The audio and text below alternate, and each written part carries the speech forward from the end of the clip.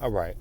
So while you may not believe in generational curses, what is true that what is true is that very dark, malicious, treacherous spirits can attack each generation. If those issues and spirits don't get resolved and get picked up by the next generation and the next generation, this can be considered a generational curse because it's affecting a myriad of generations. So, in a sense, it's real. What's false about generational curses is that it automatically passes to the next generation. No, the same demons may present themselves to the next generation, but the curse that comes with the subjugation under that demon will not. Each human being still has free will. They still have the choice to decide whether or not to entertain this. You could easily just give in to the way you've always seen it before and not think for yourself and not want to go outside the box, not want to go outside of how your grandparents did it and your great grandparents did it and your parents did it. When you start to run into the same or whatever is unresolved that may have passed on to your folks, when you go to confront that and break that generational curse, that demon or that principality is going to represent itself and manifest itself in the generation that's been housing it last. So let's say your parents and your grandparents, they have a very negative spirit or aggressive energy about them where they're very confrontational, very abrasive.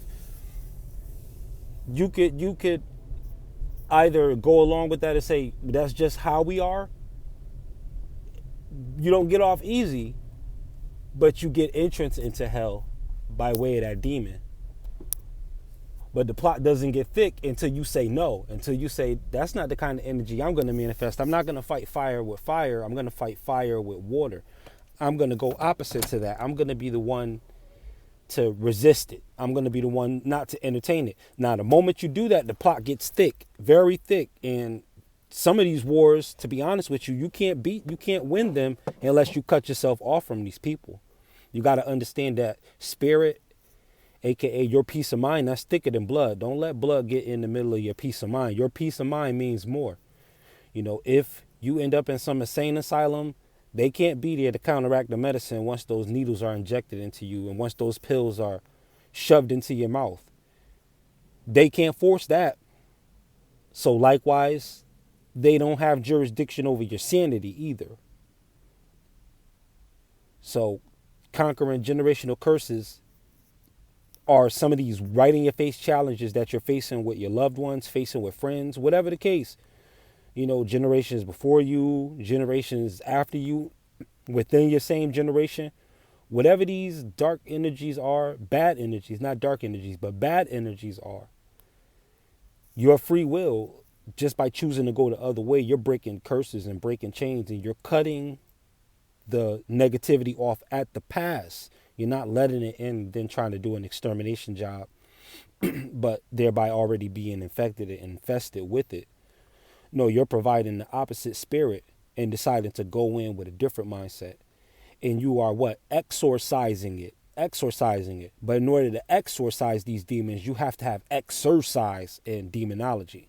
I'll say that again. In order to exorcise these demons, you need exercise in demonology. You got to know what these energies are, what these attitudes are, what these tones are, and you got to know exactly how to cut them off, how to counteract them, how to cancel them, how to wait them out, and have the will to separate yourself from the bodies that are under the contracts of these bad energies as much as humanly possible. So again, it's Super T Sigma with Sigma Programming. Thank you again for listening in. I'll catch up with you soon.